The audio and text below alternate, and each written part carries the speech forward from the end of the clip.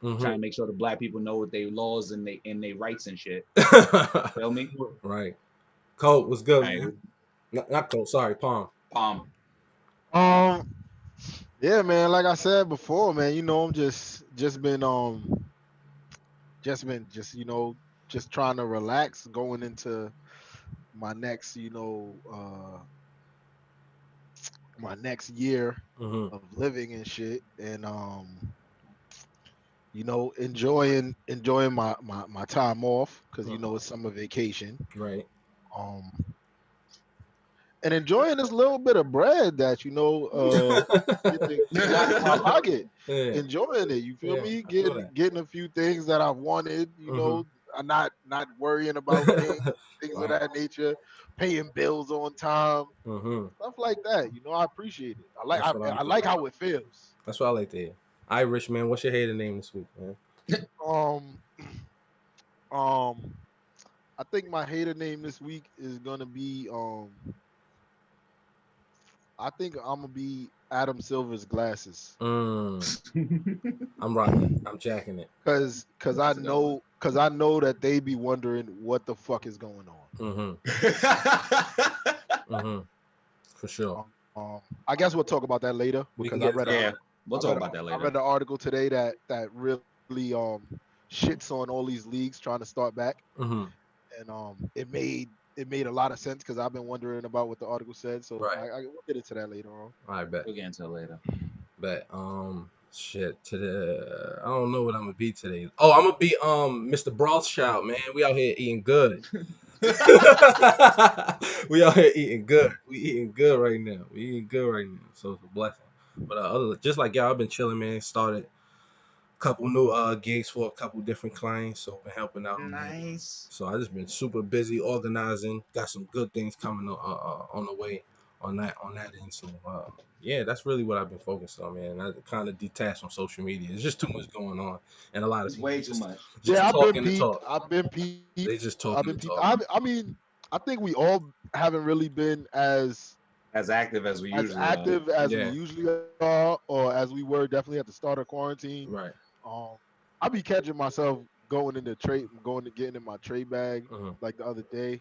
Um, I was like, but I don't be engaging like how Trey will engage with them to like try to show them how stupid they being. Like I'm gonna just tell you like that's stupid and keep it moving with my day. Yeah, I feel like I've been like the complete opposite of what Yeah. I usually. I don't even engage with niggas no more. Like I'll Yeah. just tweet what I gotta say, and Mhm. like two people will respond. I'll laugh at what they say, and then I'll just get off. Got you. All right, so let's get into our guest, man. We got a lovely guest with Yeah. us. I gave him the spiel at the beginning. I'm gonna let him introduce himself at this point, brother. Please introduce yourself. Let the people know who you are. Kenneth Montgomery. I'm an attorney in New York, specializing in federal and state criminal defense, everything from capital murder, Hmm. federal capital murder, terrorism, murder, conspiracy, drugs, you name it, civil rights. I practice mainly in New York Hmm. federally, state, but I also travel around the country representing people charged with the federal death penalty statute. Right. Teach at Fordham Law School, trial advocacy, and teach at Brooklyn College, African American Studies. Oh, nice, No, it's mad nice. funny. You know what's mad funny? I have a friend who's in the feds right now, and he attempted to get you to represent him, What was but his name?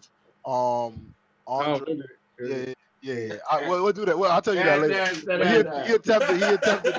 he attempted to get you to represent him because I actually had told him Mhm.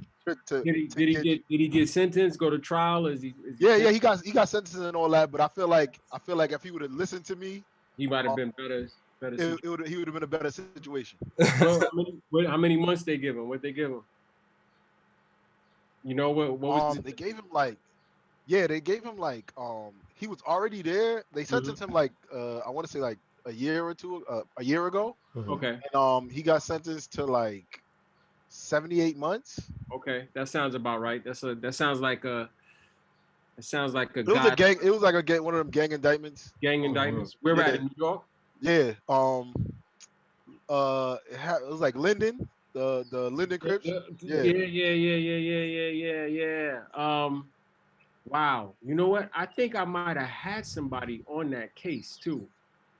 I know that case. That was like they picked up like 30 Yeah, things, yeah. right? It was. Oh man, there was a I lot know, of I them. know, I know that case. Mostly everybody in that case pled out too. Yeah, yeah. He was like one of the last ones You that know, that's what yeah, he had a horrible judge too. If I remember, I think the judge yo, was Kuntz. yes, Oh yes, no. yes, Oh yes, no. You know what's yes. crazy? I feel like I lived in the hood enough that I've heard that name, and Yep. anytime I've heard that name, someone Kuntz? is like, "Yo, this nigga, fuck Yeah, niggas yeah. over." Nah, like He has like he has like a deep voice like Paul Robeson.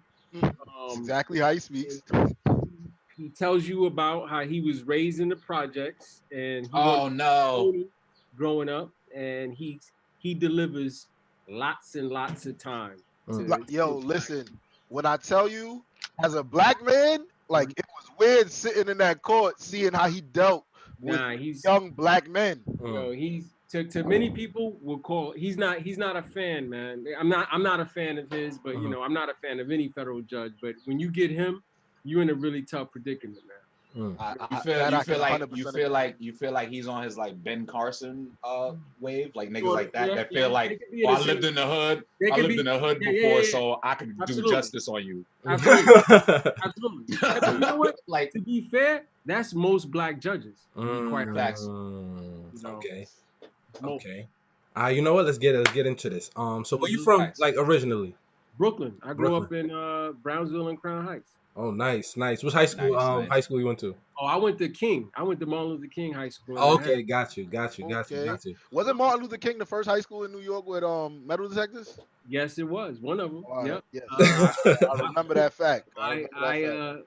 when I went to school, I went to King from I'm a lot older than you fellas. I went to school 1986 to 90 to King, and when I got there, it was one half Harlem, other half Brooklyn. We was warring with each other. Of Um, course. you had down the block Julia Richmond, then you had a little bit going south. My cousin Steele from Smith and Wesson went to Prenton. Mhm. And Sean Price, another childhood friend, went to Prenton. Nice. Mhm. This cats went to Park West, and it was a wild time. I actually almost I got sliced in the face in high school at King, fighting Wow. Man. Brooklyn. I mean, yo, you know what's crazy? That Harlem and Brooklyn high school beef Yo, lasted for years, decades. decades. It's a Right, sincere, like I think it came to a head in '07 yeah. I think that's when it ended, right? with what happened at the PSAL game. Yeah, Yeah, at the yeah. Yeah, championship. it was a big It was brawl. Rice versus Rice versus It was Lincoln right. or Grady. Lincoln, it was Lincoln. Okay. Lincoln, Yeah. and Okay, in the middle of the championship game, man, Madison Square Garden turned into Vegas. It just became like Madison Square Garden turned uptown. into Yeah. what UFC got right now. Oh, I remember that. I do. Yeah. Yeah, they That was was on the throwing news chairs. everywhere. Yep, Yeah. they was They was throwing wild. people off balconies. It was Now bad. you Wilding. know, and you know what's crazy? Like it was so I had it was weird because you would have girlfriends and you have cats you was cool with, but it was like you had to draw the line. Hmm. Excuse me for one The second, y'all. beef Somebody at my draw the door. line. Yeah, Yeah. for sure, for That's sure. crazy. That's my So growing up in Brooklyn, like what put you on a path, put you on the legal path, I would say. to be honest with you, I wanted to becoming an attorney was almost like a kid growing up and wanting to play ball. Right. I had got put on to a lot of information real early by one of my favorite aunts, my aunt Edith Pittman, Hmm. had got me Malcolm X autobiography, and I read it in third grade. Mm. And when I read it, Fire. the thing that stuck with me was the part. I remember being really angry when I read that he wanted to be an attorney, and the teachers told him that he Yeah, couldn't. he He could couldn't. be a carpenter. Yeah. Hmm. And real, believe it or not, that inspired me. Um, that had in my mind like, wow, a lawyer must be something that's powerful. Hmm. So it was planted in my head from that reading that, and then growing up in Brooklyn at the time I grew up and looking around you, um, it was like you wanted to figure out how to do something for your family and yourself, Right. That's and a fact. the legal profession was it for me. I wanted to be an attorney. I wanted to be a trial attorney. Like I Hmm. wanted to go into court and Yeah. and change things and get people to go on my side, and the law just provided that for me. And No, I always had an issue with America, and Mhm. I of used course, the legal system to get at my issue. that's real. That's real. When can I ask you a quick question? Like, Mm-hmm. do you think there was a time like maybe in high school where, because you said you went to MLK, so you know Mm-hmm. Brooklyn nigga uptown, Mm-hmm. like you trying to figure it out. Do you Mm-hmm. think there was a time where you got out of some shit and you was like, man, I probably got the gift of gab. I could probably do Um, this. I man, I got into a lot of shit. I was getting it all the way up into college, to be honest with you. Mhm. I got into a lot of shit, and I definitely at an early age saw that if you were able to articulate yourself and look these white people in their eyes and tell them and not buck, that you definitely it was powerful. Mhm. And I Yeah. think my first incident with police like that was maybe I was 15. I had a run in with some cops. And I was like, yo, give me your badge number. And I Mm. can tell they were not used to a kid my age addressing them like that. Like I really never was afraid of police. You know, Mhm. I'm just not one of those people who ever was afraid of police. And I remember I had them on their heels, and I ended up beating the ticket, the summons. I got it dismissed, and that was probably about 15. Wow. Mm. That's it. But then I've had multiple Mhm. run-ins with cops. Yeah, Exactly. The number I can't even tell you how many times. got you. So I know you like spoke to wanting to get your family and things Mm. like that out the hood or whatever the case may be. Well, not even out the hood, Mhm. just Just to provide. you know, yeah, because you know what, a lot of trauma Mhm. and goes through our generations, man, Oh and yeah. you just want Oh to figure yeah. out a way to stop that cycle of trauma and Mhm. oppression. You know? Mhm. So that's how you were able to kind of stay on a straight and That was narrow my path inspiration. enough. Yeah. It was it was it Okay. was it was it was more it was a more than enough inspiration. But to be honest with you, I made a lot of mistakes Yeah. along the way. Yeah. I made mistakes all the way up until college, to be Mhm. honest with you. And it even affected. I had a scholarship to University of Michigan Law School, which was Mhm. at the time 10 in the country. And I had gotten in trouble. I had caught a federal charge in college, Mhm. and my one of my professors was like, if you're gonna get it, if you for you to get admitted, it's probably better that you go to a New York based school and forego that scholarship. So it had some long lasting effects, Mhm.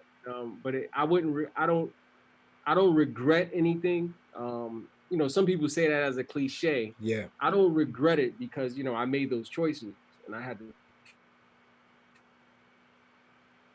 Yo, It took some time for me to figure it out. Yeah. That's real. I feel that. That's real. Um, Go ahead, Cole. Go ahead, Cole. You good? no, I was just gonna ask him because if we're gonna move chronologically, Mhm. what was like your college experience? Because I have like a lot of friends. Well, you could talk about probably the fun stuff first, and then we Mhm. could get into like probably the more serious and the Okay. advice. Because I know a lot of people go to like graduate Mhm. school, do that secondary program, right? Mhm. And then they be just stressed the fuck out the entire Yo, time. I know. I loved college because Mhm. you got to think at the time I graduated. I graduated high school in '90. At the time I graduated, the year I graduated high school, I had friends who was getting murdered, murdering people, going to jail. And my mom, who was very influential in my life, was like, "Look, I don't know where you're going, but you gotta get out of New York." And I got accepted to Hampton, Howard, and Hunter. Those are the only three schools I even applied to. Mhm. She was like, "You're not staying in New York." Um, so then we paid money to get to Hampton, and then Howard's acceptance came, and I was like, "Yo, I want to go to Howard." She's like, "Yeah, we don't got no extra money. Mhm. Go to Hampton. If you like it, you stay. If you don't, transfer." And I got I had never been to a college campus before. Mhm. Um, I got there, and it was like you said, the ratio of women to men at Hampton was 13-1 at the time I went. Wow. My So how could goodness. you not have fun? Jesus. Yeah. But then it got kind of crazy. It was a weird dynamic. I'm gonna tell you why. It was weird because it was '90. The drug game was like exploding at Mhm. that time. Shouts out my birth year.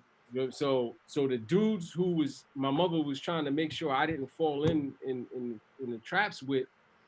they was, you know, she thinking she's sending me to college and I'm away from that, but I'm in the V, and those same cats I grew up with are now in Virginia selling Yeah, and talk about it. shooting and doing, you know, so it was a weird dynamic. And then I had never seen wealthy black kids before.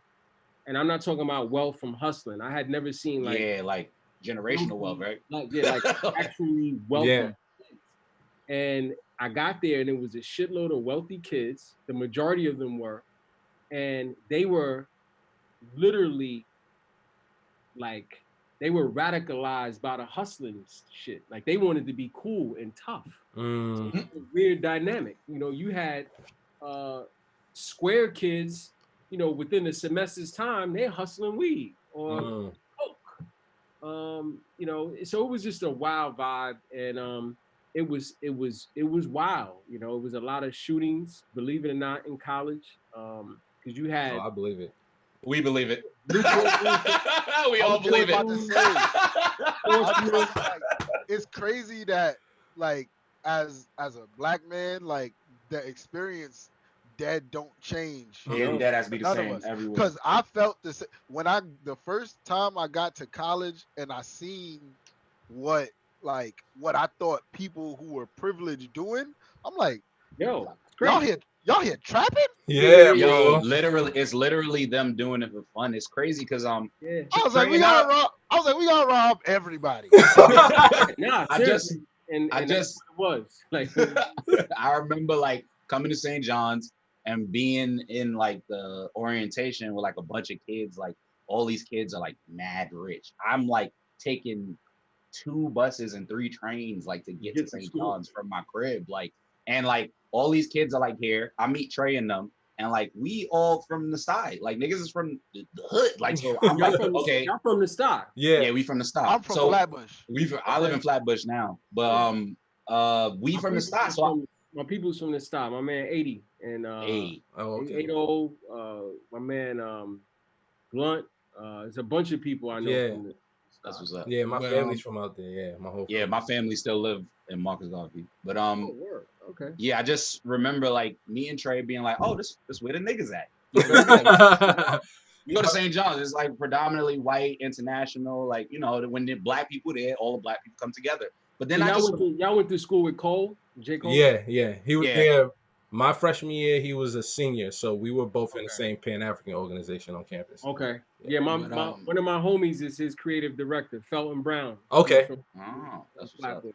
But then I just remember like seeing all the kids that I was in orientation with. They were like rich white kids, rich black kids, rich Indian kids, like Yeah. pulling up and pulling up and chilling with us, and then just being on some. Yo, you think you could hook me up to start selling? And I'm like, why you need What? that? You got money, nigga. You Yeah. what, Yep. nigga? Well, Yep. you don't need to do Yep. that. And Yeah. they think it's some fun shit because they used to privileged life and they see some new shit. They like, oh, let me try that, Yo, and I then they done don't seen know some the privileged kids go to jail. Yep. yeah, Like Yep. straight federal jail. yep.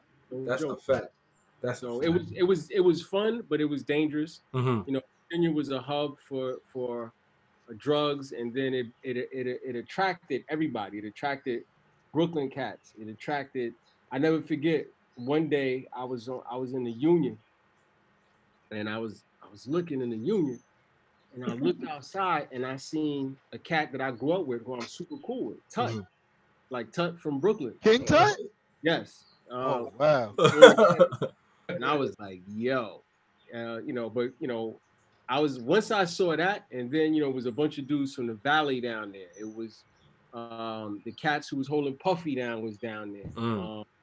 It was a white. Then you had the dudes from Queen. It was just a wow. That's like seeing King Tut at my school. If I'm from that era, like all right, I know what's going on here now. Yeah. This Yeah, like if we at school right now and and we he's see here. like the Yeah, popping scammers that we know be going Yeah, on. we like, I'm like, oh, oh, it's I know lit. what's going on here yeah. now. I'm going to class. No, and it's funny because these kids didn't know. They didn't know how serious. They didn't know Of how course many they didn't. people was running around down there. And Nope. I done seen some cats get out of, you know, they didn't understand their space and time, and they Yeah. didn't look out for them. But it was a great learning experience. I met some incredible people, and I liked the fact that I went to a black college. Yeah. That's dope. and I found my tribe there. I Mhm. have my tribe and that I grew up with in Brooklyn and went to King with, but I got there and I found the people who we really figured it out. Yeah, And we still figuring it out together. To be honest with that's That's a dope. fact. That's what's up. That's And dope. do you think college, well, your experience with, I guess, with the sheltered and privileged people you. made you as successful as you are, like kind of in your lane right now? Because I do believe that certain experiences that you have with people can translate to how you talk to, like, Right. privileged black judges, That's hmm true. privileged That's Well, true. lawyers, like. what I peep from it's weird. That's a good question. I found that with black people, you're gonna run into black people who got their head on straight and they're seeking true liberation and freedom and they're not trying to get next to white people Mhm. Mhm, or seek white approval. Mhm. mhm. Then you have those black people who all their whole existence is about That's all they need. white approval. And Yep. it helped me really figure out who the motherfuckers I need to stay away from. That's Okay, real. And they're that's not real. all black people. There's a lot of people out here waving the black flag, but they don't really fuck with black people. Oh yeah, that's a That's a fact. fact. We know that. Oh So, yeah, that's a fact. So what has been like some of your challenges as a black lawyer? Like oh now man, this leaving college and you starting to get your feet wet, get your experience. What are some of the challenges you ran into? challenges are every day Yeah. because it's what's the term? Ignorance is bliss, but what's the inverse of that? The challenges is this: society is very uncomfortable with black intelligent men Mm, who are not um, following the line of whiteness, mm, and Hmm. they are not used to a black person being the smartest guy in the room. mm-hmm, They're not used to a black person, particularly a male, having more skills than them. mm, So you have that as a challenge, but then you have a wild challenge where you represent people let's that we would call from the hood sometime who they've never seen a black guy who know the street and who also intelligent and they don't know how to take that and they automatically to them think the way I get out of this is to get a white lawyer or a Jewish lawyer. This is mm-hmm. Yeah, typical bullshit. So yeah. you have to deal with that. And then, practicing law in America as a black man who's not a sucker is uh, it's almost like you in a war. You just Mm, walking over bodies, bombs going off all around you, and you just still fighting. And it's really akin to that, And I've had tremendous success as a lawyer. I've had tremendous adversity and but this journey in life, I think my journey as an attorney has made me very well prepared to understand what this shit is about. mm-hmm. you know.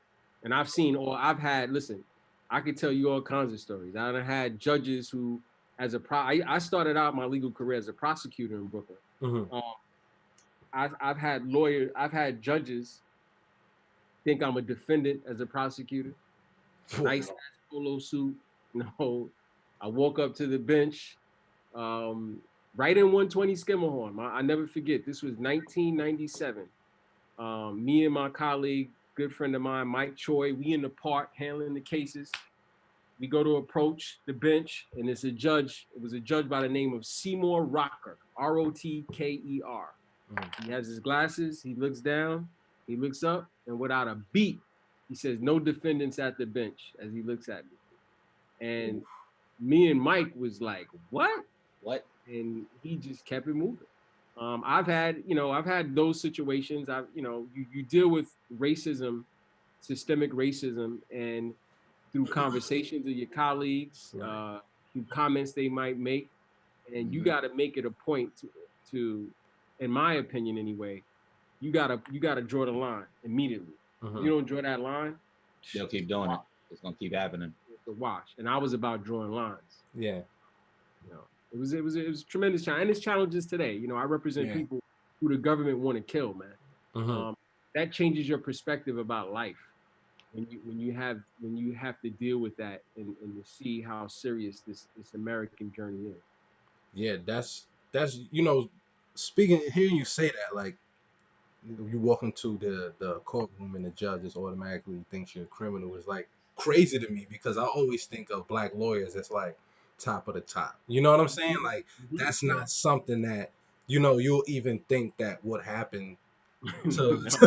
to black lawyers just because of how what I mean, how I look at them. Like my stepmom used to And be I've a also DA. seen I've seen these white judges also get mesmerized by our skill set. Yeah. Um, and I see it. Like I've been on trial in these federal and state courts where the judge is literally looking with their mouth open as I'm in the well doing my thing, Mm, and it makes me realize like they don't. I had a funny story. One of my mentors, and he's a brother to me. To me, he's one of the best attorneys in the country, Anthony Rico. mhm, Um, I had a trial and it was a big case. It was actually last year. It was in the papers. It was a father and son from the 90s who was in a murder racketeering conspiracy case. We beat the murder. Um, and two they were from Jamaica. That's what I say. I said they sound Jamaican. They was Jamaica. It was a mhm, father and son. It was a murder that happened like on East 21st in like Dorchester back in like '07, '08. mm, And they were down with the Bloodstains crew in the '90s, big crew.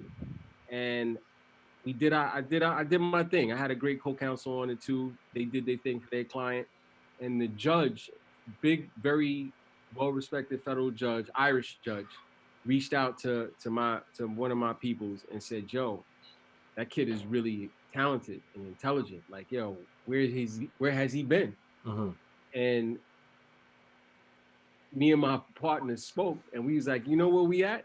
You usually locking us up, you mm, know? Yeah. Like, we in them 13, 60 person indictments. yeah, We, we, Yeah. real. we're not getting on that side of it. And that's in 2020, that's still a travesty in this country. Yeah, The absolutely. crazy thing about what he just said is that that is so true and people don't even understand it. Mhm, You'll see 30 heads get locked up on that indictment, Yeah. and just just for an example, the person that I brought up earlier, Mm-hmm. mhm. they have shit on him. Nothing. Woo. All they had was Instagram pictures of him with niggas. Yeah, Niggas but that he grew up with his whole life. yep. But the conspiracy laws between, the federal system is driven by money. you know, is so they have money to be proactive and to investigate, and the laws are all slanted towards conviction. It's an algorithm for guilty, Yep. and the feds, the mortars of the federal system is cooperation. All them tough guys who be out here on the street talking all that nonsense. When they get jammed up, they tell them, Mm, Mm. and the Facts. feds know that, and nobody wants to deal with that federal the federal guidelines in the unimaginable amount of time that people get on a daily basis in federal court. But it's a wild system, man. so you're federal.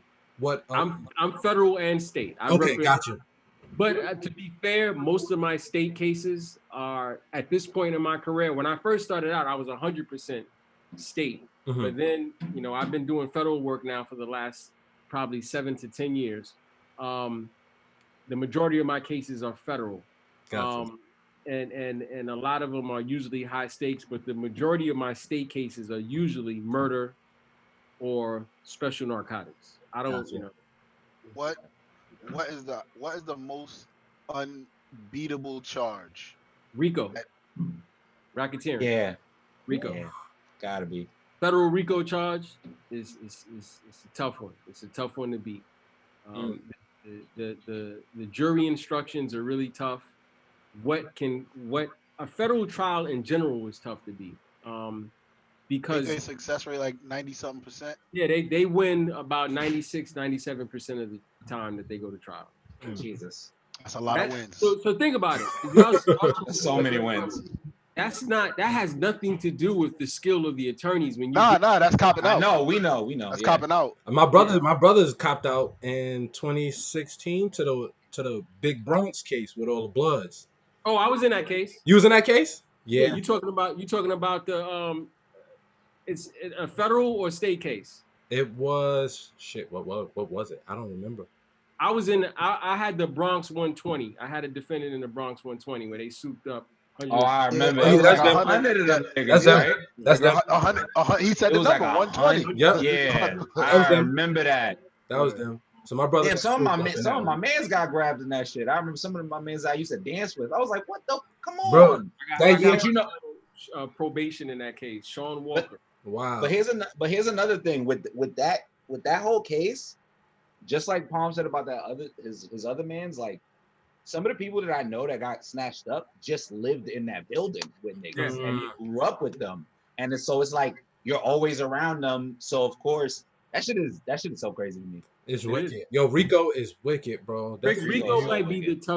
toughest to prevail, particularly if you get a Pinkerton charge in the feds. If you get a Pinkerton charge, it's almost unbeatable. Can you explain mm, that? yeah. Pinkerton Pinkerton. basically says that if it was foreseeable that the person that you have conspired with could commit a crime, you're essentially guilty too. Foreseeable, like Foreseeable. maybe if they could Yes. do it. Yeah, What? possibly. Yes. What? It almost lowers That the sounds standard of reasonable doubt. like conspiracy on steroids. It is. Yo, That's a great way to look at it. It is. that is Okay, Because wild so out. you said conspiracy in itself is a hard charge to beat you said because it's called they telling you can't even think about shit. Yeah. it's Yeah. called Pinkerton. Pinkerton. Look at it. Why is that named after somebody? The Pinkertons were like, wasn't those like the first police? Probably the case. I'm not. I don't want to misquote what the origin of it is, but if you get a goddamn Pinkerton charge, you're done. Mm. Jesus Christ. It just sounds like I'm done. Yeah. Pinkerton. Like, Now, Yeah, state case, real shit.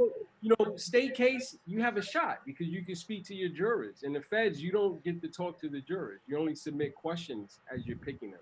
So you don't know who you're even getting on your jury panel. At Mm. least in the state, oh. you are questioning voir dire. You know kind of who you're getting on your jury panel. In the feds, that doesn't exist.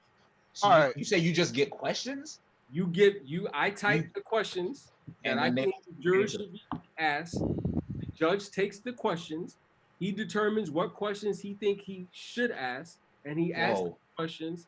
The jurors That's respond, wild. and then This you just decide if you want them or not. all it sounds like is like after you type a bunch of good My mind. questions and you pass it off, the success rate is just like 5% now. Yeah, it's Because if the judge is going through, he's like, nope, nope, nope, nope, listen. nope, nope.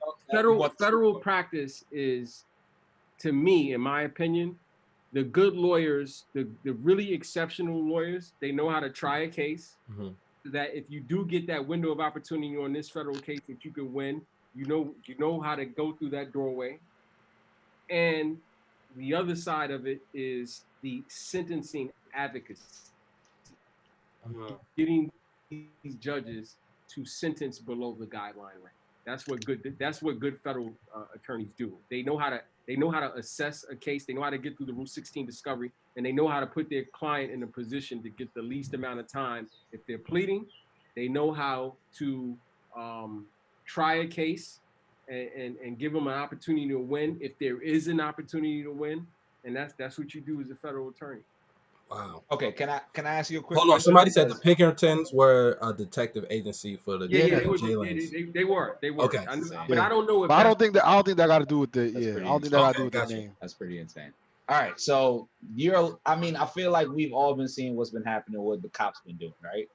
And you're an actual lawyer, so I feel like we've all been putting our law hats on and going, "Hey, that guy should probably be in jail for doing that."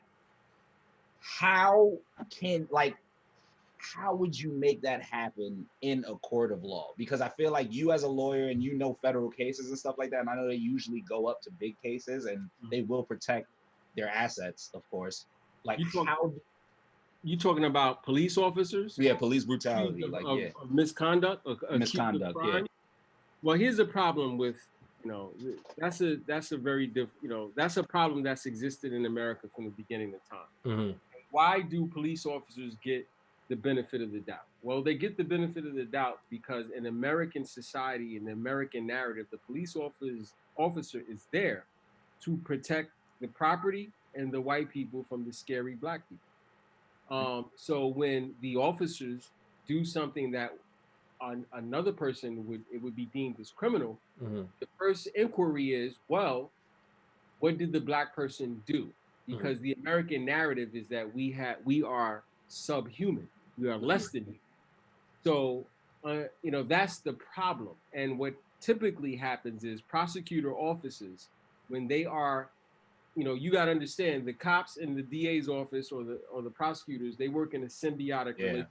They're intertwined. the Mhm. homies.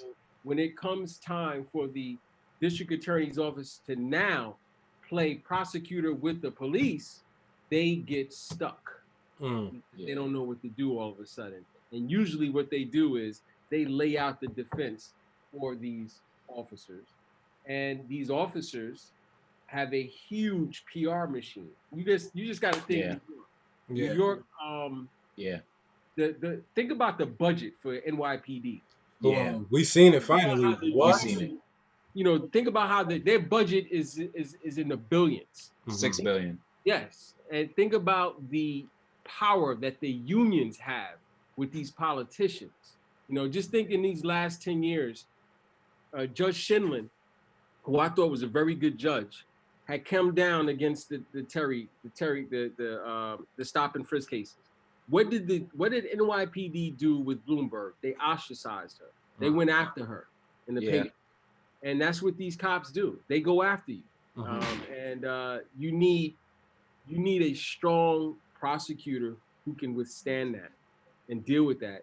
But more importantly, you need jurors who are willing to not treat cops as special people, but treat them as anyone else. Mhm. Okay, I mm, got something about that. Like, I feel like, all right, most of the country is we all know most of the country is not that educated.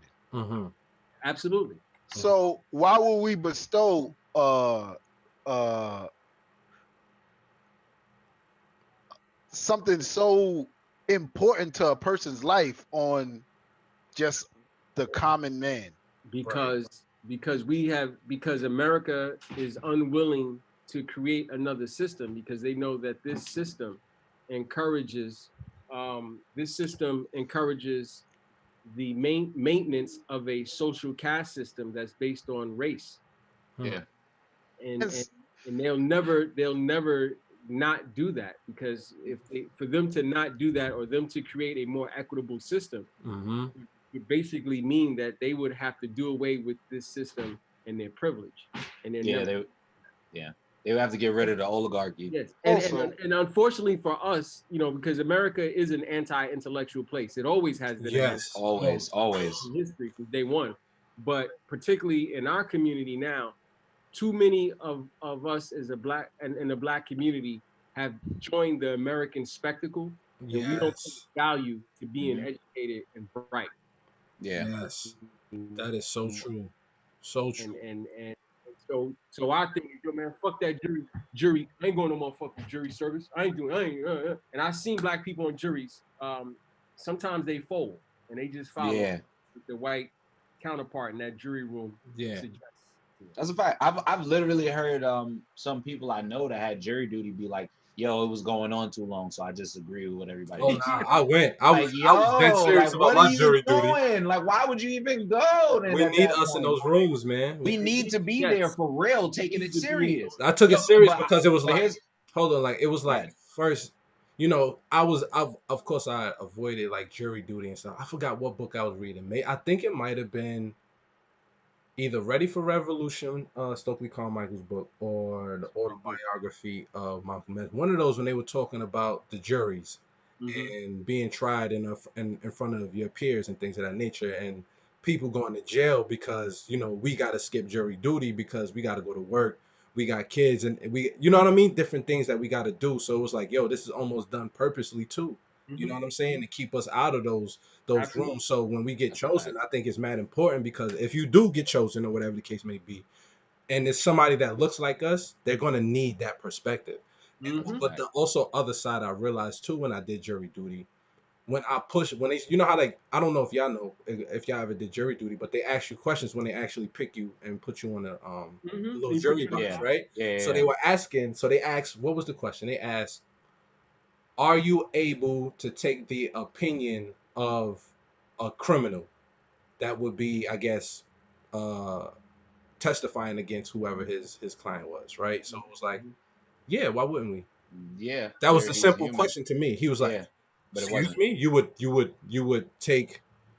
would take the word of a criminal, and I'm Mhm. like, yeah, well, how does that make him less? You know what I'm saying? Less of a Yeah, person, or that's an assumption that all criminals are not trustworthy, Or or just who bad are not people. criminals are trustworthy, which is yeah, totally ridiculous. Like you can be in a church and get on that stand and lie your ass off. yeah, I've That's seen a fact. yeah, and they removed us off the jury because of that. Me and yeah, the Yo, other black dude. Trey, So it's like it's done literally, purposely, bro, to railroad people. That was literally the same thing happened to me. I went to jury duty. They put me on the stand. It was me, like a few white people. It was I always remember this because it was one Mexican. It was a Mexican lady. It was another black dude, and it seemed like a Palestinian dude or something, right? And Mhm. we all chilling. They asking us questions. So then they get to a question where like, if a cop seems untrustworthy, would you take his word? Like some weird shit, like some weird shit about like we should always trust the police. Mhm. And like That lady everyone kind of who question. wasn't white, it was me, the fucking everyone who wasn't white basically was like, why would we trust anything that they say if it seems like they're lying well, in that moment? that's the thing. Most prosecutors, their job is to get like all three of you guys Yeah. are they're trying to get you off. You know, Yeah, I know. so Yeah. what I tell people who want to appreciate the jury experience is the one question that you always say is that you can be fair and impartial. If you just get up there and say, "Listen, I can listen to all the evidence, and then I can be fair and impartial. I can follow instructions," then they gotta at least keep you. They you're not a victim of cause, because Mhm. there's two ways to get someone off a jury. It's a preemptory challenge, which means you just could knock somebody off without giving a reason, Mhm. or a challenge for cause. A challenge for cause means that somebody has said something that prevents them from being fair and impartial. And what I found is a lot of uh, uh, minorities sometimes, or people of color, they get on the jury and they say, "Oh, I hate cops, so I can't be fair and impartial." Meanwhile, a white person gets on and says, "Oh, sure, I can be fair and impartial," and they get on Mhm. there and they're not. and they not fair and impartial. But Right. then the A problem with whole that is I realized that the prosecutor like got me because there was a point where he literally was like talking about, has anyone, he just out of nowhere was like, has anyone ever had anyone in their family have a problem Yeah, with the yeah, police? yeah. That's always a question they ask. And I was just like, yeah. And then I But felt like that was when he was like, yeah, we're gonna get him out of here. But then the follow up to that question is, yeah, but that was an isolated incident. It has nothing to do with this case. Oh, okay. But the These are thing the that tricks bugs right me here. out Oh, is nice. why do Okay. you how do you like the the prosecution is in on the picking of the jury. Mhm.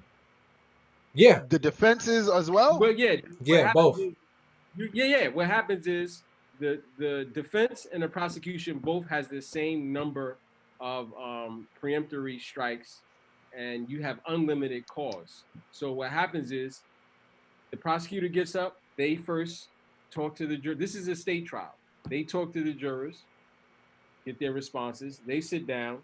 The defense gets up. They ask their questions. Then the jury, the whole panel exits the room. Then the judge asks, starting with usually the prosecution first, jurors 1 through 5, any challenges, any preemptory challenge, any challenges for cause. If you make whatever challenges you have for cause. If I oppose a challenge for cause, I'll make my argument. The judge ultimately makes a decision. Then they ask you, what are your preemptory strikes? Then they ask the other side, what's their preemptory strikes? And that's how you boil down and you get to a panel. Mhm.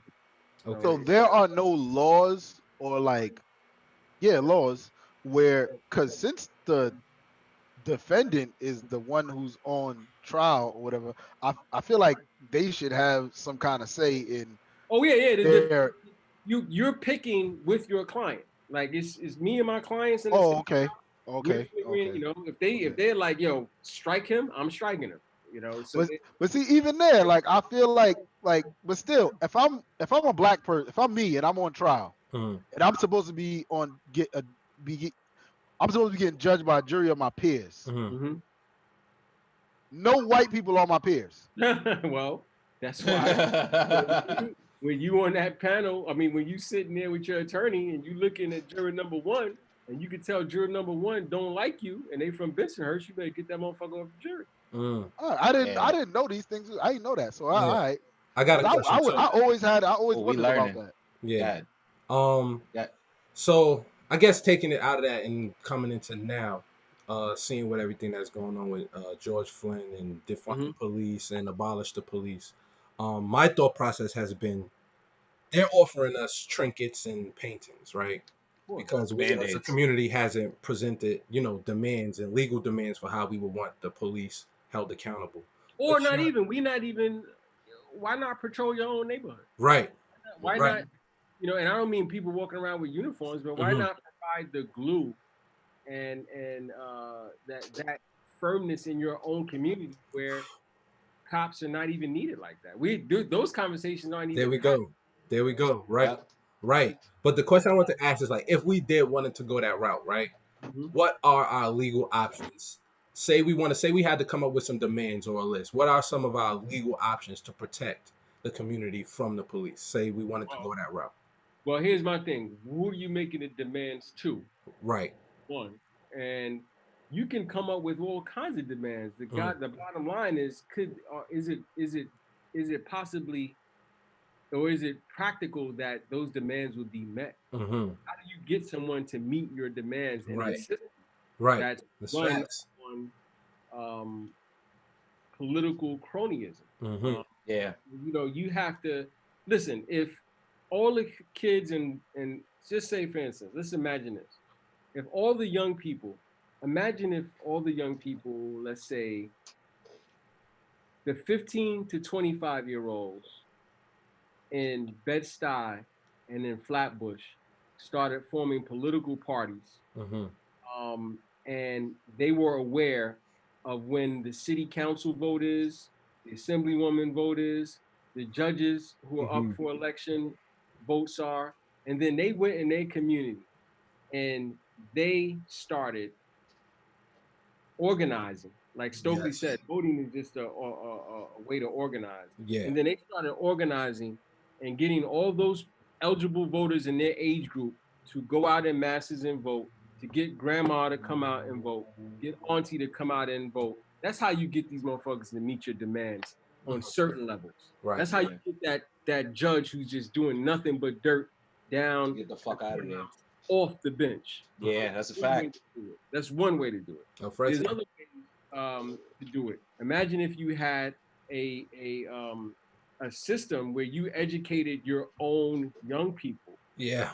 had Mm. supplemental education things that are going outside of the school, and you started generating the leadership for Mm-hmm. the people who run.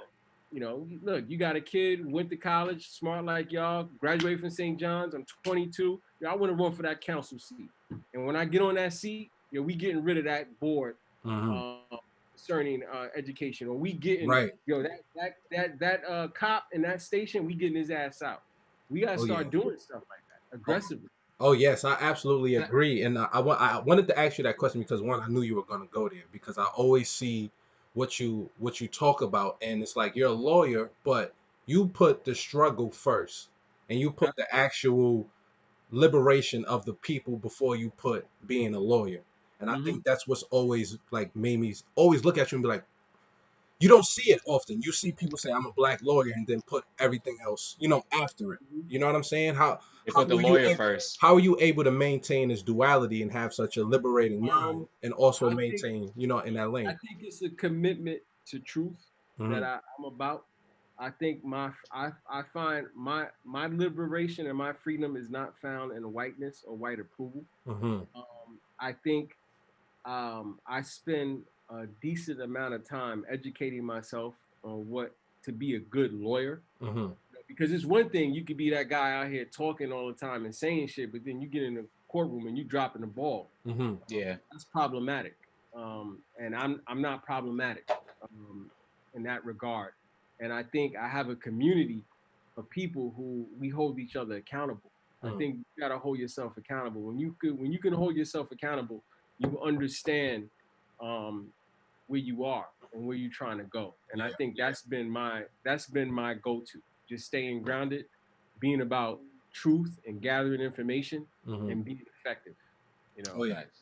Can I That's ask you a question real mm, quick? How do you feel about, because I've seen a lot of people talk about this and I felt like it's a good start, but how do you feel about like community review boards for like police officers?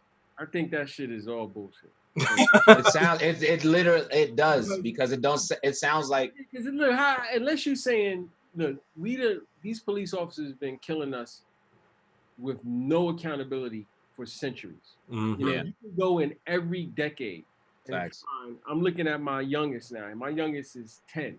It'll be 11 this year. So you can go in every decade and find a 10 or 11-year-old black boy shot and killed by police. Hmm. You can That's a start. You fact. get in New York. You can go look at the Clifford Glover case. All kinds of cases.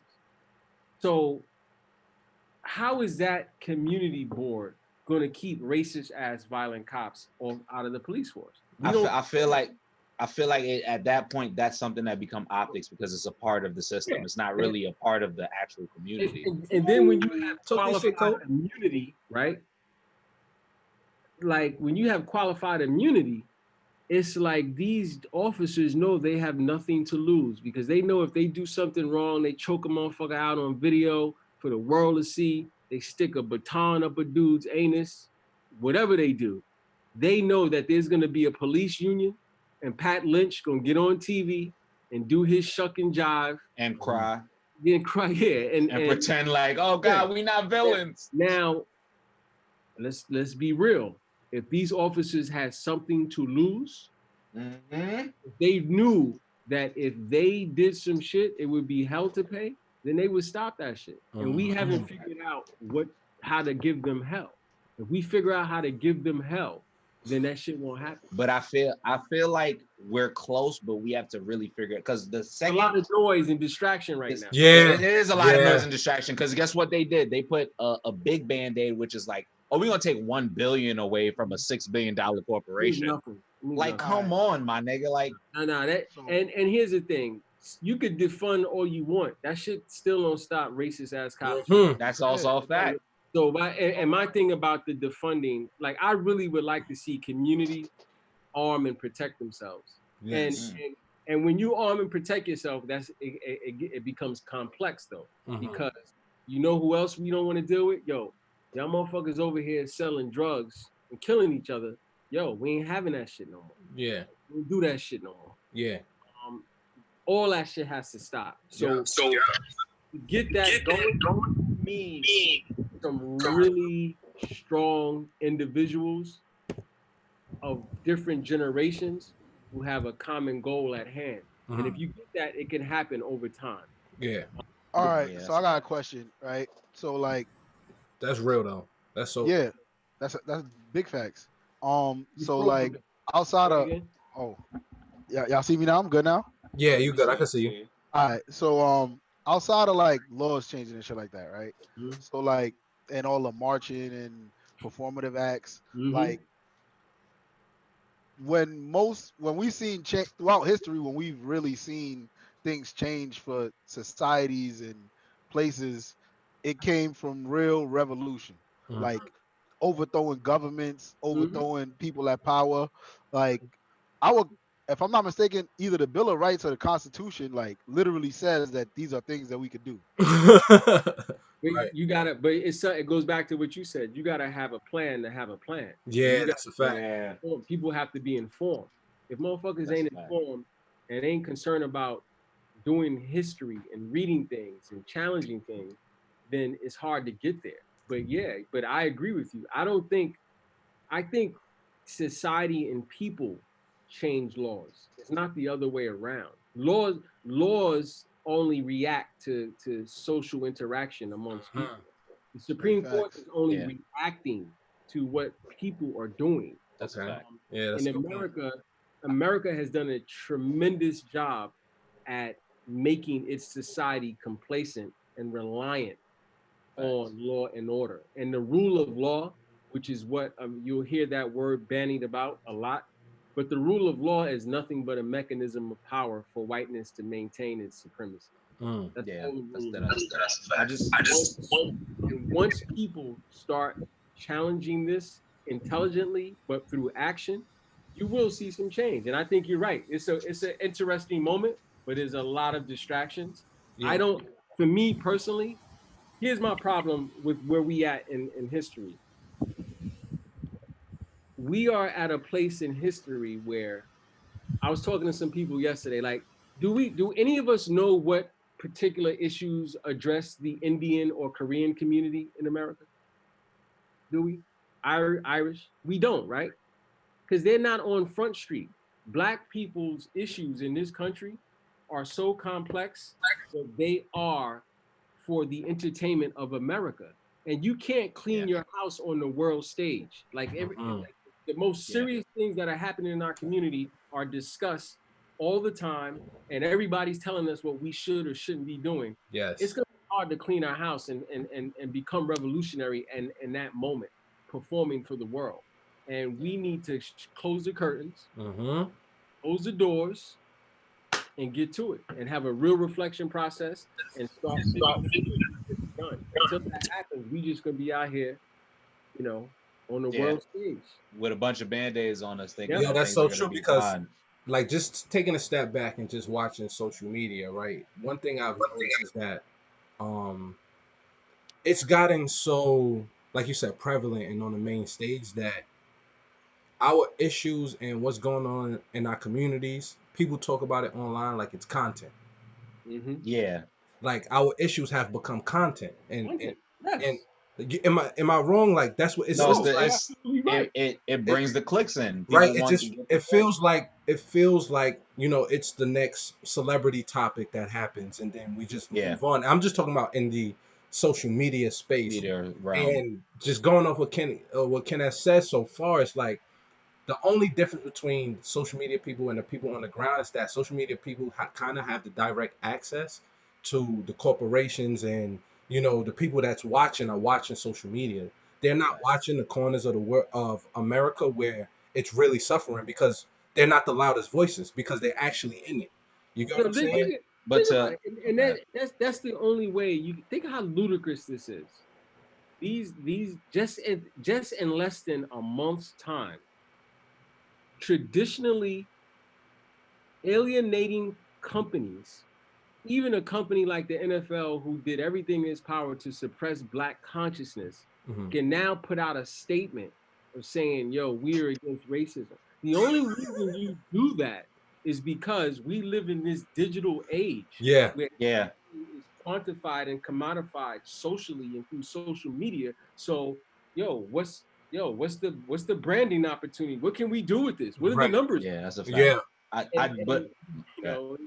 it's a wild time, man. Oh, I do absolutely. believe that Absolutely. with what you said like earlier about America just being anti-intellectual, like I believe that that's a very big part of why people could be online yelling about their trauma, not realizing that like you're not really fixing your trauma, you're just yelling about it in front of a lot of people for them to Hmm. see it. Yeah. You get what I'm saying? So I do Mhm. believe that like that whole point of just America just wants to keep people ignorant because again, like if the working class realized no matter what our color is, we're all getting fucked by the rich Mhm. people at the top, Yeah. Mhm. things would fucking It would, change it would change. immediately. And think when you think about this moment in history, um, the European has never had more power than today. And what I mean by that is, yes, Europeans have dropped nuclear bombs. They put people in gas chambers. They fucking committed genocide on multiple groups of people on different continents, Yep. for minerals, for resources, sometimes just for For fun. no reason. Um, but they've raided the world of the resources, Hmm. exploited the resources. But right now, they've never been more powerful to be able to socially control people. Hmm. That's Hmm. through, like you guys said, social media. It's Right. the perfect social control. It It's, is. it's for law enforcement purposes. It's for educational purposes. It's for corporate purposes. It's the best mechanism to control people that's ever been created. But what we've seen is one benign incident can totally whammy the whole shit. Yep. Mm-hmm. Yep. So, it's interesting. But they've never been had the opportunity to control the amount of wealth that they have. And when people talk about America, when you print money, you can do whatever the fuck you You You want. can can do do whatever the whatever you fuck you want. want. Yeah, You know what I'm that Yeah. saying? has. So when you have that ability, and then when you've commodified blackness and the black body and black pain and death, listen, we all grew up on the culture and the music. Motherfuckers make music about black dysfunction and Yeah. getting wealthy on it. Yep. Yeah, That's just the yeah, wild. So when we've been commodified and boiled down to that level, it's gonna take a hell of a lot of innovation, revolution, and just straight on the fringe. We doing shit different to Yeah. change. yeah. No, it's a fact. Yeah. I mean, I yo, do believe that. Yeah, got it. no, no, no, it's all good, bro. We had you. I don't know what your time is like. We had you on for an hour so far. I don't feel like it at all. Nah, We I had you feel on the like it. line Good for an I'm convo. hour. gonna tell you, you know what's encouraging? It's really, I'm glad to kick it with you young brothers, man, because it's a inspiration to Mm, see that it's young people out here. Listen, I'm not one of those people who be like, yo, it's up to y'all young people. Y'all gotta save the world. Nah, that shit is stupid. If mhm. you're alive and you're breathing and you have the opportunity to think and do something, that's everybody's responsibility. Yeah. But it Facts. is inspirational to see young cats who grew up in the same environment as I got their lens on right. Yeah. Mhm. Thank Definitely. you. Appreciate that, Thank Definitely. you, bro. bro. I For appreciate And we real. that. And got people you, like you who set the example. You know what I that's a mean? Like, fact. I know me That's watching, we butt heads on mad different topics, but I always look to you like as somebody like when something's going on, let me see what he's saying. You know yeah, what I'm and you know what? saying? I'm not trying to, and I'm trying to, I'm just speaking my truth. Yeah, I'm hoping to think about things critically, but yeah, I'm out here trying to do some shit, yeah. and I'm just I want to see things change, and if they could change in my lifetime, alhamdulillah. But if they change it another time, but I've contributed to it, that's even better. Are you Muslim? Nah, Oh, okay. That's some real We say shit. alhamdulillah, but that's dope. You said Fuck it. that. That's dope. Hello? You said that. That's love. somebody say Yo, something. Fred, Yo, that's Fred. Fred. Yeah, that's Yeah, Fred. that's Where me. you at?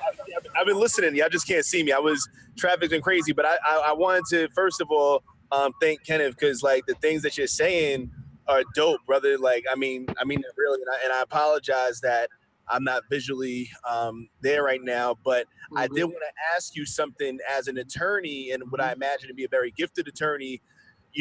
We're in this moment now where we're realizing that systems need to be abolished. We can't reform these systems, right? Mhm. Like, how do you reform police who are in the most stringent moment maybe ever in history and they're still murdering people on camera? Mhm. That being said, you mentioned the law being rooted in white supremacy, which is, of course. Do you think as an attorney that we need to abolish the entire system of law and in any aspect? Listen, I practice at a high level. The rule of law is rooted in unfairness. And as you said, and you're very correct in saying it, we live in a society where things run on systems. People don't they undervalue systems. Mm-hmm. We have a bunch of horrible systems that we have to exist in, so they have to be abolished. Mm. And how we get there, I'm not quite sure. I have all the answers with that. There's some things I can say this. I'm okay with not practicing law. I'll find some other shit to do. Mm-hmm. Um, Mm-hmm. but we definitely need to tear down these systems. But we need to have practical other systems or solutions that are made and ideas that Yes. rise to the top and evolve. And I'm not sure we're there yet. But from talking to you young fellas, I feel like we may be closer than we realize. Mm-hmm. I would say to y'all, just keep pushing. Yeah. Y'all ever need any advice from me or assistance with anything? Y'all got my math. Y'all know how to reach out. I'm Yeah. here. Yeah, Um, bro. I followed you already, man. yeah, Immediately. yo, and it's funny. Looking at your back wall, I sued Grand Theft Auto back in the day. Hey, That's fuck lit. Grand Theft Auto. Yo, them Yo, niggas. look, yeah, Got it. Got it. there was a guy in the record business named Jonathan Schechter who used to own the Source, who had an indie label, and he did a deal with Grand Theft Auto and their makers, which is I think Take Two Interactive, and there was a song by Sean Price, Illacoin, and Rob, the dude who was down with who's the dude who was down with Bad Boy? Rob, I can't remember his name. Black Rob. Black Rob. Yeah. And it was a song on the game, and they didn't pay. They paid the indie, and they never paid the copyright owners. So I sued them in federal court, and we ended up settling it. But I peeped. This was years ago. I peeped. This was before the gaming industry really, really blew up. But it was ill to me because I was like, yo, they're gonna use Black culture to sell those games. Yeah. Oh, that's what they do. Oh yeah, Without a That's doubt. what they do. That's definitely what they do, bro. Absolutely. Every That's single why- Grand Theft Auto that's ever been created is Black culture. But that's also why GTA 5 has been running for 7 years straight. Yep. You know What I'm saying? number are they up to now? 5. They up but to 7 years they're up straight. to 6. They're up to 6. They ain't come out yet. 6 but- didn't come out yet, but 5 has been running for 7 years. They've made over $1 billion on it, and it's all Black. Yeah. Wow. That's the crazy. entire Black game. All right, so I have one more observation for you before we get out of here, right? Uh-huh. So again, just taking a step back and watching social media, and I think a lot of what holds us back from actually committing to the struggle and revolution speaks to something you just said. You said when Fred asked you the question about tearing down systems and the law and things of that nature, you said, "Well, I could find something else to do."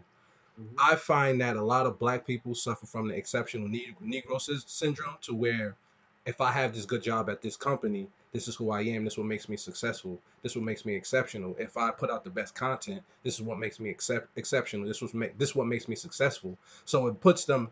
So when we start to talk actual revolution and changing these systems, they start to get a little afraid, because then it threatens their spot.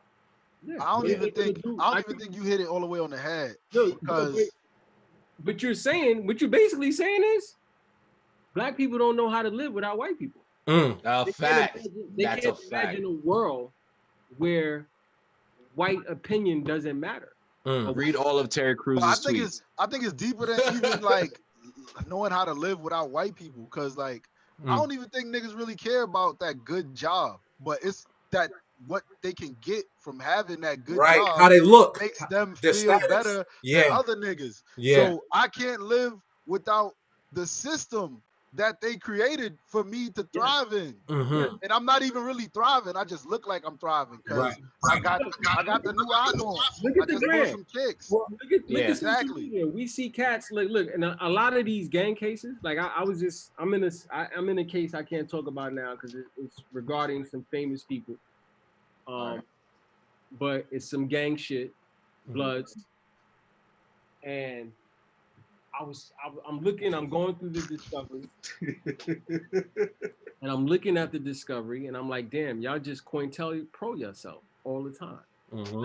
That literally, it's almost an addiction. Yeah. Yeah. Yeah. That's literally why. Damn. I was like, yo, what if I was like, you know what? If I was the big homie, right? I was the big homie in jail or the big homie on the street, right? I would have a meeting and I would say, you know what? We dead in all this color shit. We dead in on social media. We dead in signs. We dead in all of that shit. Why wouldn't somebody do that? Because the other way is getting y'all all jammed up. Yeah, I'm gonna be 100% honest.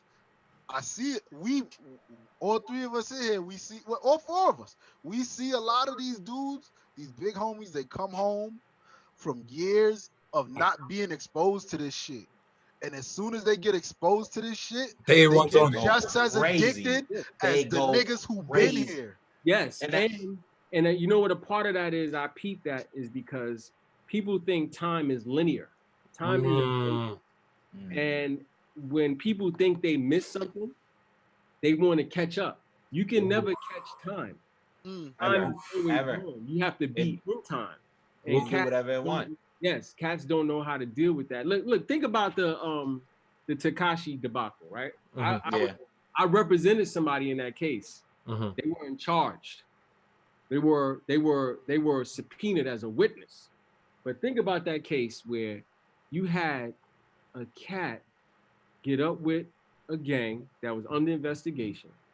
We had them together commit crimes, tape the crimes, send the crimes to bloggers, and bloggers uploaded the shit. The crimes, yeah, of course. But that's also like you said. But that's I Yo, feel like that that was comes one of the back in the craziest circle. aspects of that It case that I've comes ever back. experienced. It comes back to that anti-intellectual aspect, right? Yeah. And social media, and like just America is just like, look, we got them again. Of course, we're gonna get it. And that also comes back to what you're saying with Pinkerton and Ricos. Yeah. Like that's why Ricos are so final, my Yeah. nigga, because these niggas are out here like, guess what? We all gonna wear this. And I'm not disrespecting gangbang, but niggas really be on some like, not the low key gangbangers, the high key ones that are just like, hey, look, I'm Crip, I'm wearing all blue, a whole blue outfit. So look, some of the cases I'm talking about are like it's the top, like it's the Yeah. top. And I've been on the Mac Ballers, the hats, the Mm-hmm. same Yeah. Crips, the you name it. I've been, non-Trey, and it's like, wow, like you guys ain't about true liberation or freedom either. Mm. Ah, When you out here Right. with free the boy, free this, free for what? To do more sucker shit? Like, yo, where are we going with this shit? Like, who's gonna and change the But you Oh, my fault. Go ahead for it. Hold on. Right, you good? on mute? I'm trying to unmute him now. can y'all hear me? Yeah. Yeah. On something that was said actually, Kenneth, that you said earlier, and Trey pointed to it, and I want to point to another aspect of it. When you said, I'll figure out something else to do. And I think, Palm and Trey and Colton has said after that, a lot of people can't imagine a world without white people at their jobs, so on and so forth. I'm going to tell y'all the truth, and I want to hear Kenneth's opinion on this. A lot of these rooms I'm in, it's not that people can't imagine a world without white people or doing something else. A lot of these people, blackness is not a monolith. A lot of these people like things the way that they are. Mm-hmm. A lot of these, we assume that every black person wants to be liberated, That's a but a lot fact. of black people have benefited so greatly from lack of liberation that people are like, I'm good. I'm really happy. Man. Yeah. I want to stay as far away from those people as possible. That's a fact. so Fact. far, 100. so far. Seriously, I don't want to mess they shit up, and I'm gonna protect my shit like crazy. I just want to stay away from those people. That's Because fact. those I people don't are want gonna those be the people near first my ones. children. Those are the first people that's gonna pull the carpet under you. Yeah. And those people are very dangerous because they traditionally are in those rooms that have access to your children, Mm-hmm. other things that affect your community. And so Yeah. and as far as I'm concerned, those people are my enemy as well as the traditional oppressor. Right. The enemy as far as I'm concerned. That's a fact. Yeah. To end it, we usually get into our final hate. It's either something that really grinds your gears, or it could be final love. You could shout somebody out, shout something out. Yo, So I'm gonna shout you. Thank you for even having me. So I'm gonna shout y'all out. As far as it's a lot of sucker shit I don't like. I love art. I don't think all art is good though. I'm not one of those people like, yo, it's art, let it live. Yeah. I think some art is crappy and stinks. I think this week, just the fact that you have the corruption that goes on in America is incredible. Like, it's always been a corrupt place, but at this point in time, they have a new ilk in charge, and what they are doing, in many regards, is dastardly, criminal, deadly. But I do think it's going to continue to inspire people like myself and people like you, young brothers, to live on the fringes and be intelligent and make moves. That's a fact. I think Kanye's a sucker. Yes, definitely. I'm not a fan. I don't think he's intelligent. I don't think he's God's gift to music or any of that dumb shit. I think he's a distraction. And I think most of these entertainers, to be quite honest, are distractions. Of course. We love that. And I'm kind of bored of like, you can predict what they're gonna say. And I'm talking about from the Killer Mikes to the Killer Mike is a cop. He definitely, what's crazy? I I was cool with him. I met him. It was a young brother I was representing who I thought was hella talented. Him and his family. He's a kid, a rapper by the name of Mr. Motherfucking Esquire. That nigga nice. Get busy. Mm. His little cousins are my peoples. Goldie Glow, and Heron are even nicer. Mm. And they toured with him, and I peeped that his whole thing is he's one of those black guys who want to protect his stuff.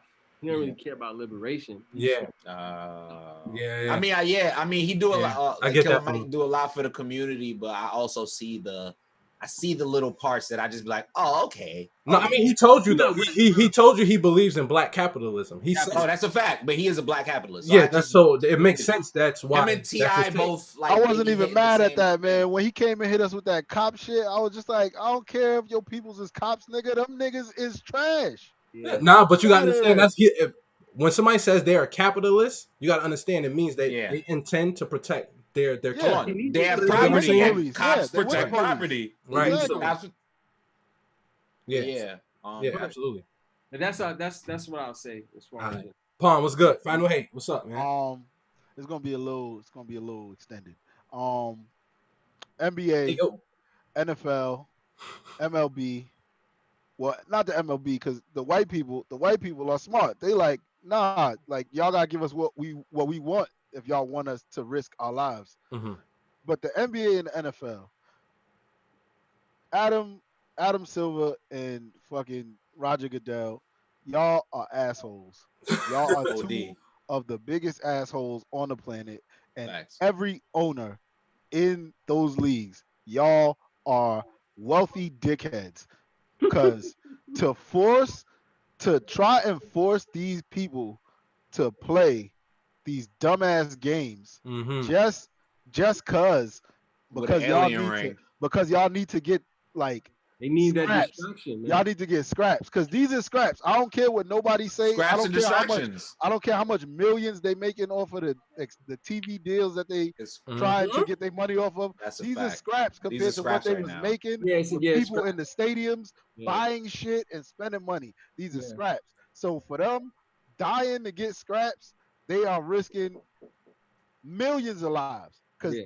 there's not just the players that are at risk. There are Mm-hmm. countless people that People. have to be a part of this that are at risk, not to mention that both of these leagues are going to be having a 24-hour turnaround time of testing. Mm-hmm. Yeah. That is not something that should be happening.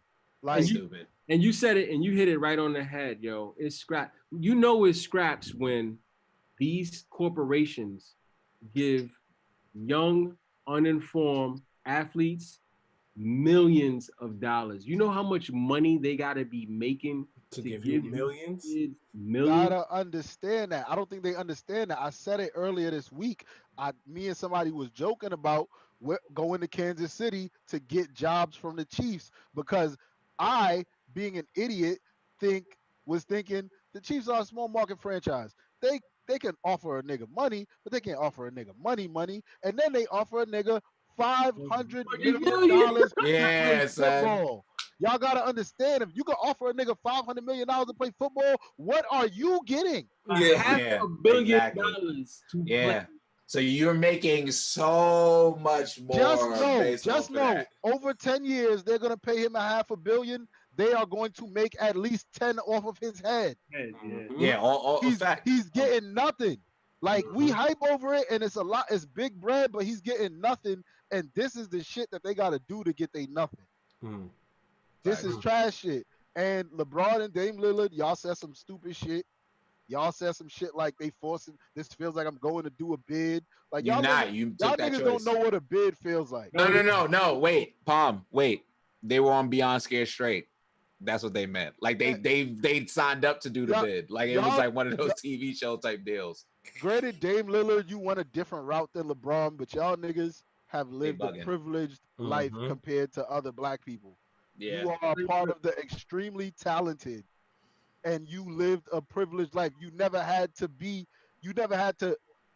succumb to the common man's like lifestyle. Mm-hmm. And you're not even succumbing to that. Like you literally are getting housed, getting fed, getting paid to do your job, and Hmm. y'all complaining. Like that's some sucker shit. Yeah. Yeah, Relax. I agree. Relax. Like Yeah, don't this shit'll be over before it's supposed to be over because guess what? Orlando's gonna go up in fucking flames. Yep. That's a facts. fact. Colt, what's Well, good? Final hate. well, I have a few hates and then like some love. So Hmm. basically, it's just anti-intellectualism. I Hmm. just feel like this country really keeps people stupid. Here's the first case of that. The NFL said, "Yeah, we're gonna tackle each other and block each other and like play a full contact sport." But guess what? Afterwards, y'all can't hug each other. Y'all can't swap jerseys because that's gonna make things dangerous. Oh, Anti-intellectualism. You that's know what I'm where saying? that's Like, you get that's what I'm saying? that's Like, where the disease is really gonna that's get the anti contracting. anti-intellectualism. Also, Trump tweeting 3 times, like literally saying for the third time, if we test more, we'll get more results. Like that's not a very fucking obvious statement. Like, like it's the most obvious statement I've ever fucking heard. But guess what?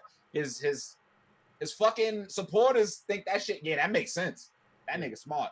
You get what I'm saying? Yeah. So anti-intellectualism, like Mhm.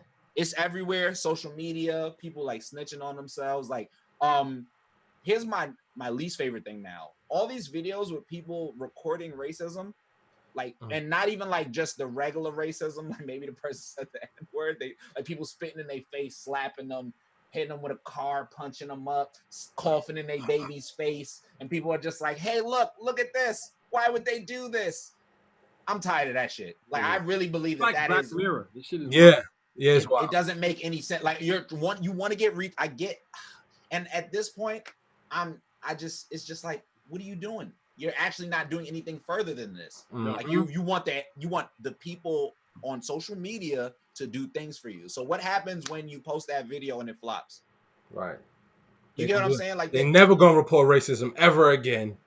So, and my final love just goes to Kenneth because it was an amazing episode. Yo, I love this episode. um, Like, I just feel like there's a lot of black men like in this world with power that don't want to speak to individuals like us, and I will say like us because we are smart men, but like people see us a specific type of way, Hmm. and they don't think that we can have these intellectual conversations Hmm. or ask these questions to people with like a higher ranking than what these Negroes think.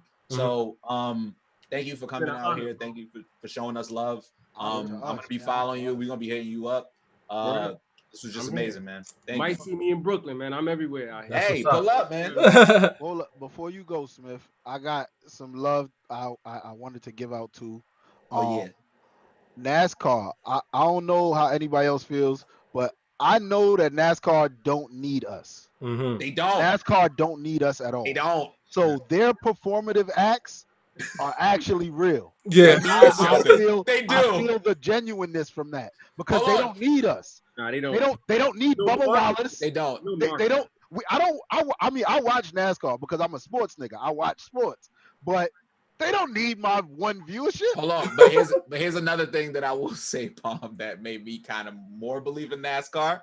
After the FBI came out and was like, "This is not a hate crime," NASCAR was like, "Nah, nigga, this is a noose. Look at this." Like I fuck with that. I fuck with that. I fuck with that heavy. That's real shit. Yeah. That's That's real real shit. shit. And then they even reported we checked 141 hangars, nigga. It was only one, and where Bubba Wallace was gonna be at. Hmm. That's real shit. That's Cause real. even because you look at the leagues where they're the leagues that are 80% black, they performative gestures are trash No, as it's shit. ridiculous. They So they they, trash. they look Yo. trash. They sound trash. I don't want it. Wait, I didn't get a final hate. You can't see me. Nah, I didn't skip you, bro. No, nigga, we I didn't No, didn't you get skip to ain't you get yet. you. skipped. You ain't get skipped. I We was just just finishing finished. my shit. Yeah. Fred, what's Colton, good? Final hate. Colton was like, "All right, that's the show." Nah, Fred, what's your final hate, bro? What's up?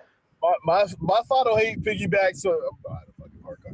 My final hate piggybacks on what Palm just said. My final hate is for Black Lives Matter being written on every fucking thing in the entire world right now, but niggas no longer really talking about that liberation abolition shit. Mm. Like Black Lives Matter being written on fucking in front of the Trump Tower in Manhattan with De Blasio, who's one of the actual fucking issues why we have to write Black Yep. Lives Matter. Hmm. Like Black Lives Matter on the Toronto buses today arriving in Orlando. Meanwhile, when Masai Urji, whatever his name is, had that racist pull up on him, the Raptors didn't even step up to him. You know what I Uh-huh. mean? Raptors ain't say shit. Come on, let's talk about the real shit. And all these black people are happy. Like, well, I mean, they did write Black Lives Matter, so we might not be defunding the police, but Black That Lives should have that should have good Instagram pic. That's facts. That's facts. That's a fucking fact, Fred. I, I I'm mean, I just feel like I'm jacking that final here. I like that one. I just really feel like we should more than matter. Like we know we matter. You Mm-hmm. get what I'm saying? Like I believe I fuck with It's a Black Lives concept. Matter. It's a I, concept. Yeah. I get what they're saying, but like that's we kind of undercutting ourselves short, my nigga. Right. Like with Right. that stuff, and I feel Right. like people believe in manifestation a lot. And if we're gonna talk on manifestation type stuff, Black Lives Matters literally means like, oh, we could put a few more niggas on TV or a few more niggas here, Mm-hmm. or pretend that we like y'all and not really like y'all for real. Yeah. I feel like it gotta be liberation for real, man. Yeah. That was gonna be my final hate, man, because like I said it on the timeline, and I was surprised it was received well. I said Black Lives Matter is a regression in black politics. The initial call from the '90s on was Black Power. Not even the '90s, '70s on. That started with the Panthers, and they actually started in the '60s on a march with MLK and Stokely Carmichael. You get what I'm saying? That's when Black Power started to come into play. And if we want to tackle these issues, mattering don't mean nothing. Mattering is like a statistic. You get what I'm saying? Like you can, all right, we can count you. You know, we're not gonna skip you in the count. You know what I'm saying? So I've always had an issue with the Black Lives Matter movement as well. We don't know what it is or where it is or where this money is going. And when you look at what's going on, and it's like they're painting the streets Black Lives Matter, right? And we as black people saying that's not what we want. But the movement hasn't said a word. Nope. What have we heard from the movement in terms of what we need besides it being a hashtag? You get what I'm saying? So all this money is going to this Black Lives Matter organization, but it has never spoken to us. We've uplifted Black Lives Matter. They did it. I mean, We the people have uplifted the saying Black Lives facts. Matter. The movement didn't make it. You know what I'm saying? The actual entity and movement of Black Lives Matter, the people that put it together, they aren't the ones on the front street for us. We're just using the saying, Yeah. and they're I, getting the credit and the money. I'm privileged and humbled to be a part of several nonprofits where mainly one of them is we is the Brooklyn Combine, and we run a Mhm. mentoring and academic program in Brownsville and Red Hook. So I'm out here, not just in sports. Yo, I've never seen any Black Lives Matter movement educating in the hood. I've Mm-mm. never seen it Yeah. out there where it's needed. I just haven't. And I it's haven't. always, at least in my perception, it's a concept to embrace whiteness. Mm-hmm. I do Mm. believe that they Ooh. move like a corporation. Like Yeah, every time I watch them, they absolutely. move like a corporate. I feel like when they hear people say we don't like Black Lives Matter and they try to attack them, we're not saying we don't like the concept of black liberation because that's what they put up as what they are. No, We they just didn't. don't If you like the check their site, it don't say that. well, you taught me something new. But like I just feel like anytime I hear it or I see it, it's just like yeah, y'all seem like y'all have because I've seen them write their demands, but their demands is like it just really seems like more band-aids and y'all moving like a Yeah. corporation because at the same time, like their demands wasn't the things that they were pushing super crazy. You know what they was Mm-hmm. pushing super crazy? Buy black business. Mm-hmm. Like buy these t-shirts, it's gonna go to proceeds. Donate money to my GoFundMe, donate money here. You get what I'm saying? And it was just like there were times where I would see like 2 or 3 people like that are actually in actual like on the streets putting in work, like like Mm-hmm. all of us, basically would tell me, oh, these are the demands that they have. And I'm like, so they only giving the demands to the higher ups Yeah. and like What the about the niggas who people? are Why on don't we the have a streets say? putting in work, Right. we don't get the Man, information. them Right. niggas is funded by George Soros, man. Fuck them. Right. Like I don't care about Black Lives Mattering no more. I Mhm. need Black lives to be equal. I need Mhm. Black lives to have equity, Power, and I equity. need Black lives to get resources. Mhm. Like that's the shit that we need. We That's a need fact. resources to fund our own shit, to create our own shit so we can have something.